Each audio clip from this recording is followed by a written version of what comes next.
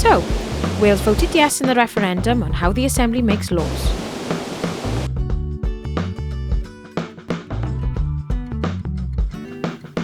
But what does that actually mean?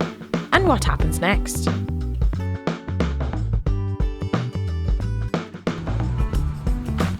Well, for a start, it doesn't mean that you will suddenly see lots and lots of new laws all coming at once.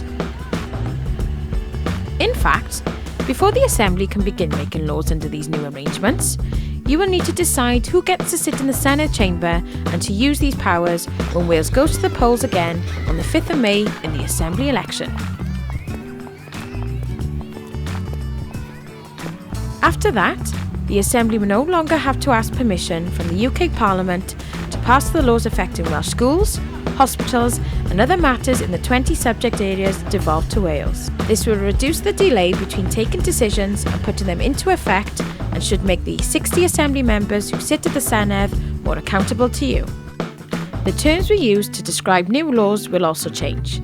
The Assembly will be making laws in the same way as the Westminster Parliament, Scottish Parliament and the Northern Ireland Assembly. So proposed laws won't be called proposed measures anymore, but will become bills, and when they become law, they won't be called measures, but will become acts. So there we are then, changes which will make a real difference to the way decisions that directly affect you are made. You can get involved with these decisions either by contacting your local Assembly members, using the Assembly petition system, or contributing to the inquiries the Assembly carries out. This year, the people of Wales have 3 opportunities to vote. To find out more, visit vote2011.org.